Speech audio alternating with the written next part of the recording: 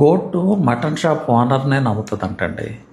అలాగే వీళ్ళు కూడా, వీళ్ళంటే ఎవరు, మా రియల్ ఎస్టేట్లో ఇన్వెస్టర్స్. సో దీనిలో కొంచెం హార్ష్ వర్డ్స్ ఉంటాయి, బట్ అర్థం చేసుకోండి.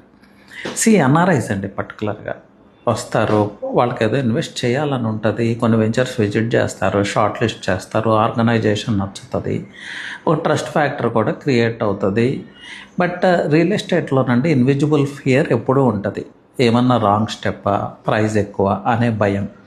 ఇక్కడే వీళ్ళని అప్రోచ్ అవుతారు. వీళ్ళనంటే అదే బంధువులను అప్రోచ్ అవుతారు. సో ఈ బంధువులు ఏం చేస్తారు, జనరల్గా హైదరాబాద్లో జరిగేది నేను చెప్తున్నాను. ఈ బంధువులు ఏం చేస్తారంటే వీళ్ళు చూసిన ప్రాపర్టీస్ అన్నిట్లో ఏవో ఒక మిస్టేక్స్ పట్టుకుని ఆ డీల్ క్యాన్సిల్ చేపిస్తారు. తర్వాత ఇంకెక్కడో ఇన్వెస్ట్ చేపిస్తారు.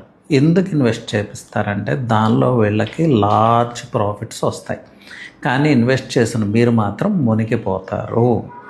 అందరూ ఇలాగే ఉంటారంటే అందరూ కాదు, 9/10 ఇదే పరిస్థితి. మీరు ఎవరితో వెళ్ళాలి, మీ బ్లడ్ రిలేషన్, మీ బ్రదర్, సిస్టర్, మీ మదర్, ఫాదర్, ఇంతకు మించి వెళ్ళొద్దు. సో ఎందుకు చెప్తున్నానంటే నేను రెగ్యులర్గా చూస్తూ ఉంటాను ఇవన్నీ సైట్స్లో. మావయ్య అని, బాబాయ్ అని ఎవడో వస్తాడు, వాడు సైట్లో చేసే ఓవర్ యాక్షన్. ఒక టేప్ తీసుకురా కొలుస్తా అంటాడు, ఒకడేవో పిచ్చి పిచ్చి క్వశ్చన్లు వస్తాడు, అడుగుతాడు, వాడు ఇప్పుడే ఎర్రగడ్డ నుంచి వచ్చాడా అన్నట్లు ఉంటుంది.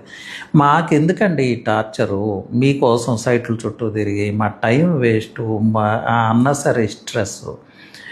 సో అర్థం చేసుకోండి, మీరు నమ్మే మీ బంధువులే మీ పాలిటీ ఏదన్నా కానీ మీ బ్లడ్ సక్ చేసేది వాళ్ళే. మీరు వాళ్ళ ట్రాప్లో పడి ఇరుక్కుపోతారంటే మీ ఇష్టం. మీరు ఇన్వెస్ట్ చేయనా పర్వాలేదు, కానీ ఇలాంటి వాళ్ళ ట్రాప్లో పడద్దు దయచేసి. సో అర్థం చేసుకోండి, ఇదే హైదరాబాద్ రియల్ ఎస్టేట్లో జరుగుతుంది. Thank you.